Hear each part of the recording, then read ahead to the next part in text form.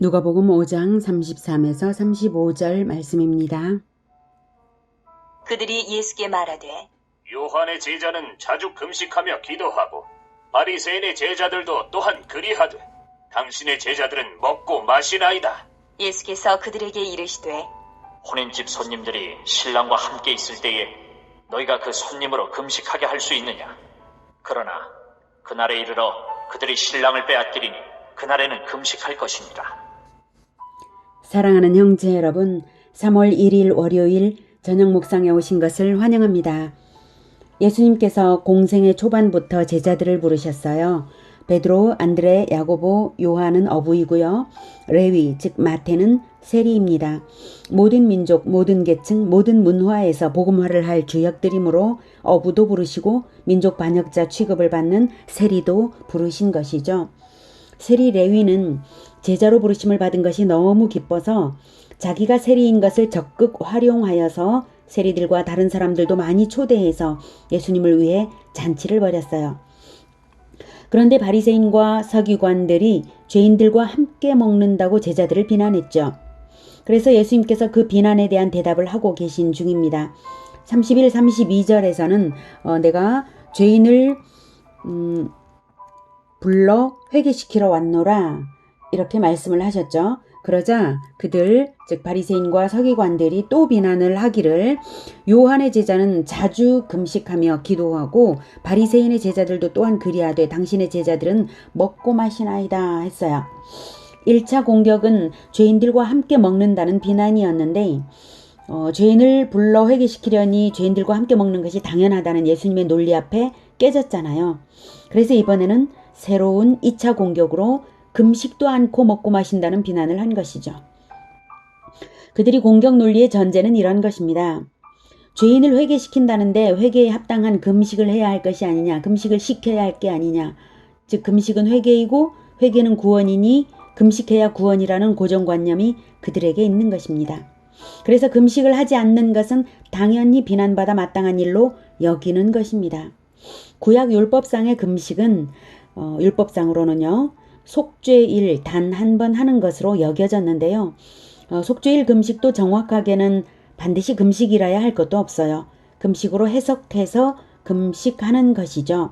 레위기 23장 27에서 29절 일곱째 달 열흘날은 속죄일이니 너희는 성회를 열고 스스로 괴롭게 하며 여호와께 화제를 드리고 이날에는 어떤 일도 하지 말 것은 너희를 위하여 너희 하나님 여호와 앞에 속죄할 속죄일이 됨이니라. 이날에 스스로 괴롭게 하지 아니하는 자는 그 백성 중에서 끊어질 것이라. 이렇게 스스로 괴롭게 하라고 명령된 것을 금식으로 실천한 것이죠. 이스라엘이. 그런데 중요한 것은 속죄일에 왜 금식을 하게 하시는가를 더 깊이 생각해 보면 완전한 속죄를 이루실 그리스도를 기다리는 금식이에요. 무슨 말인가 하면 하나님께서 제사 제도를 주신 것은 죄인이 결코 하나님을 만날 수 없는데 대속의 죽음을 통해서만 만날 수 있도록 길을 터주신 것입니다. 죄인을 대속하는 것은 당연히 죄 없는 인간의 죽음이어야 하죠. 즉 그리스도의 죽음이어야만 죄인을 대속할 수 있는 것입니다. 그래서 하나님은 은혜 언약을 주셔서 그리스도를 역사 속에 반드시 보내시겠다고 하신 것이고 믿는 자들은 그리스도를 기다린 것이고 기다리는 자들은 오실 그리스도를 기다리면서 오실 그리스도의 대속 행위인 죽음을 짐승제사로 올려드린 것입니다. 하나님께서 은혜 언약을 주셔서 그리스도를 역사 속에 반드시 보내시겠다라고 하신 것이 무엇인지 혹시 모르실 분을 위해서 말씀드린다면 창세기 3장 15절에 마귀의 머리를 밟을 여자의 후손을 보내시겠다고 하셨죠. 그가 바로 그리스도입니다. 마귀의 머리를 밟으면서 즉 옛뱀 마귀가 그리스도의 발꿈치를 물 것이라고 하나님은 말씀하셨죠. 뱀에게 물리면 죽습니다. 그러므로 죽음을 각오하고 마귀를 멸하기 위해서 그 머리를 밟는 그 사건이 있을 것입니다. 그 일을 할 자가 바로 여자의 후손 그리스도입니다. 이렇게 그리스도를 역사 속에 보내실 것이 약속되었죠. 그래서 그것을 믿는 자들은 오실 그리스도를 기다리면서 아직 오시지 않았지만 오실 그리스도의 대속 행위인 죽음을 짐승 제사로 기념하여 올려드리는 것입니다. 그래서 제사는 믿음의 표시입니다. 그리고 그리스도의 대속 행위를 나타내는 것입니다. 하나님이 제사 제도를 주신 것은 그리스도의 대속의 죽음을 통해서만 믿고 기다리는 자가 구원받는다는 것을 가르친 것입니다. 구약 이스라엘의 모든 제사는 그리스도의 대속의 죽음을 예표 기념하는 것입니다. 절기는 구원받은 기쁨으로 또 짐승 제사도 하고 잔치도 하는 것이죠. 그런데 속죄일은 절기 즉 잔치입니다. 잔치처럼 기쁜 날인데요. 스스로 괴롭게 하라 하셔서 금식을 하는 것입니다. 절기 중에도 가장 기쁜 날이라고 볼 수 있어요. 속죄일은. 온 백성의 모든 죄를 단번에 속죄받는 놀라운 날이거든요.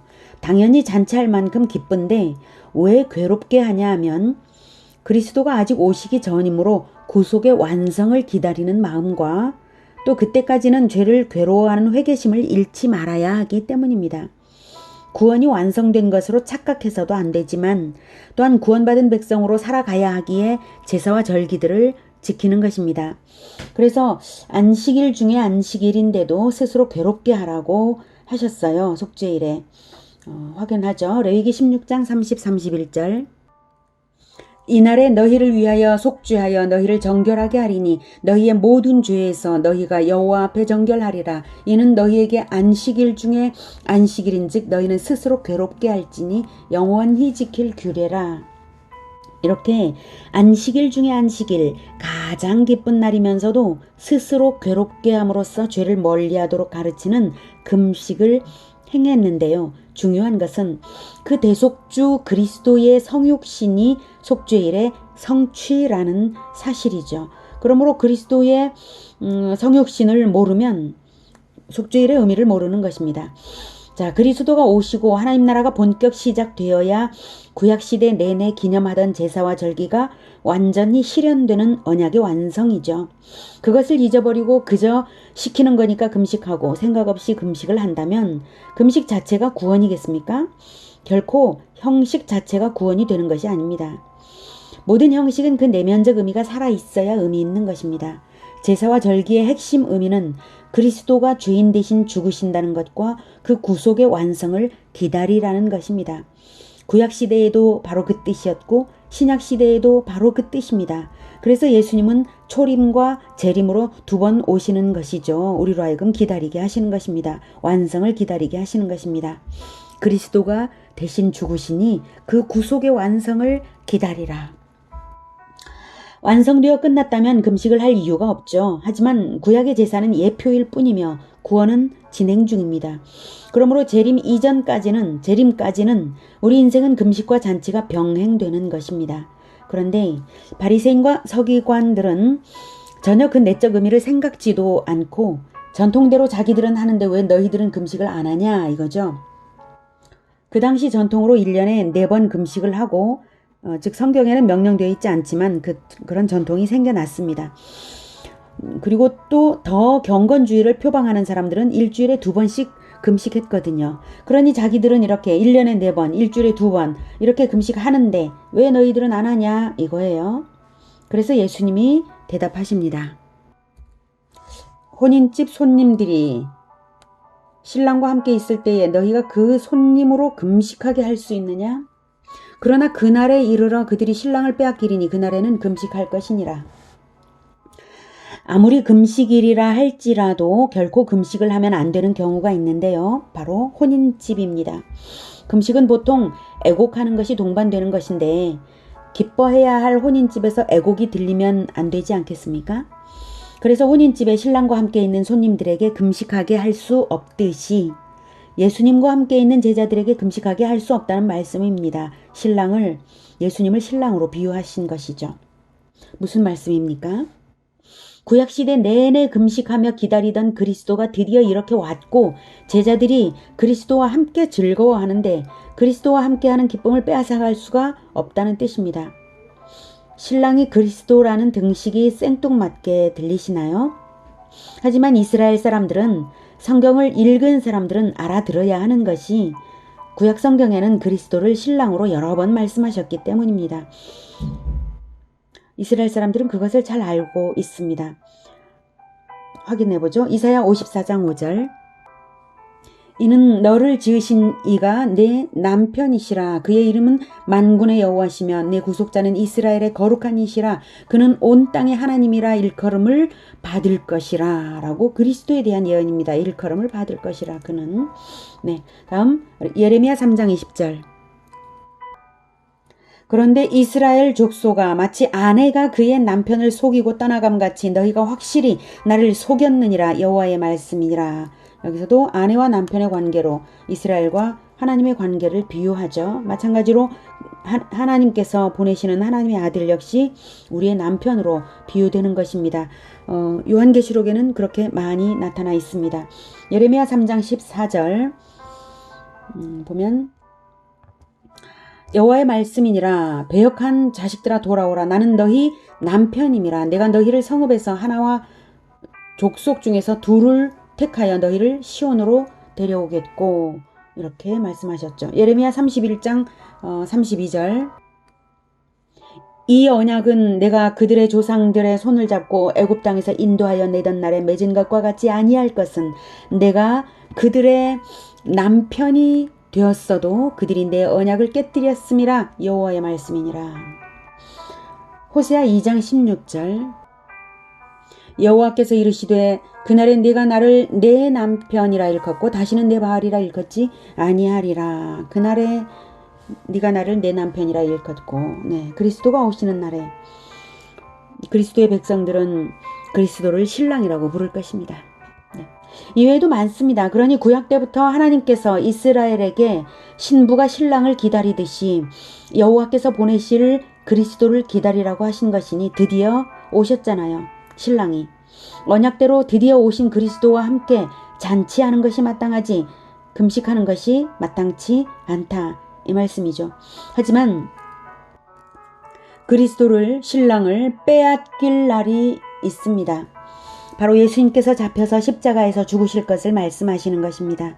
그날에는 아무도 시키지 않아도 애통할 것입니다. 금식인들 왜 안 하겠습니까?